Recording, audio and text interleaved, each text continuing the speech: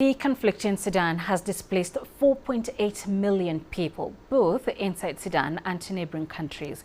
Regional Director for the UN Refugee Agency, Mamadou Dian Balde, recently visited Sudan, South Sudan and Ethiopia on a fact-finding humanitarian mission. CGTN's Robert Nagila sat down with him and began by asking him about the overall situation on the ground regarding refugees. The situation is quite heartbreaking. I spent 6 days within Sudan, from Port Sudan to Kassala, Gedaref, Wad Madani, up to the border with South Sudan. And what I was able to see are people who have been seriously affected by the conflict. They used to be engineers, teachers, students, people who were living their own lives, and one of a sudden you have a conflict erupting in the middle of a city, Khartoum, and their lives and livelihood just being affected. What are some of the things that the people who are fleeing the violence are telling you? They tell me about the violations of rights that they have gone through. They tell me about families that have been separated. Prior to the crisis, you had Sudan receiving over 1 million refugees, and a large number of them were living around Khartoum. They had been able to settle, they were living normal lives. What they told me was that they could no longer find protection within the country, or at least around Khartoum. So 1 in every 3 other refugees who were recognized as a refugee in around Sudan has been displaced 2 or 3 times. Just how much access does your organization have in Sudan? Because ostensibly, I would assume, because of the way this conflict is being carried out, there are areas where you can't access at the moment. And is that a really big worry for you?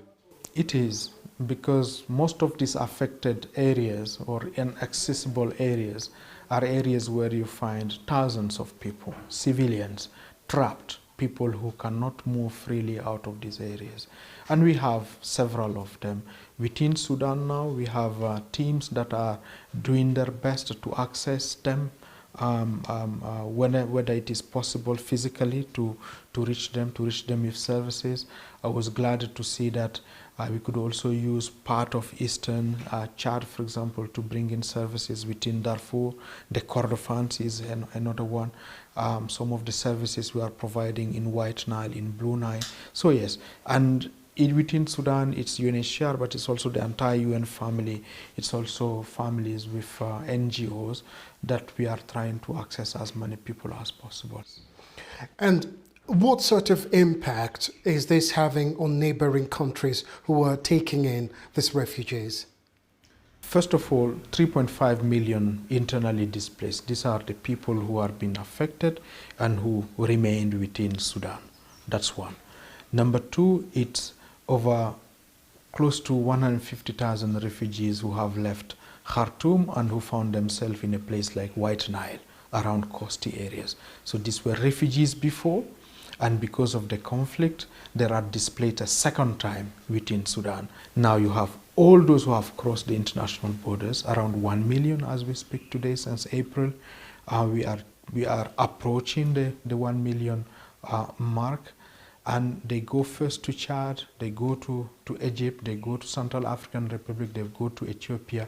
What is happening is, in all these neighboring countries, populations, communities open their doors, open the capabilities that they have, open for the services that they have, water share, and then the international community come and support.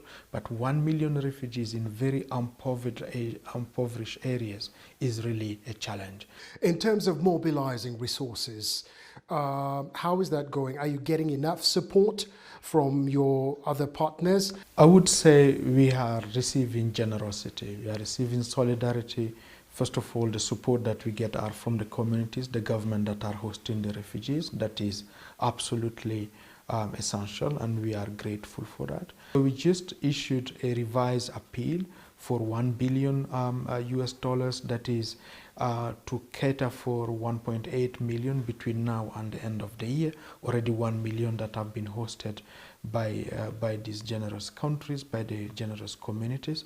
And it's really an appeal for over 130 organizations, including UNHCR, that UNHCR is coordinating, along with several other national NGOs and international NGOs. How is it funded? I would say we need to do more. The appeals requires that more support is being provided, otherwise we are risking to lose lives.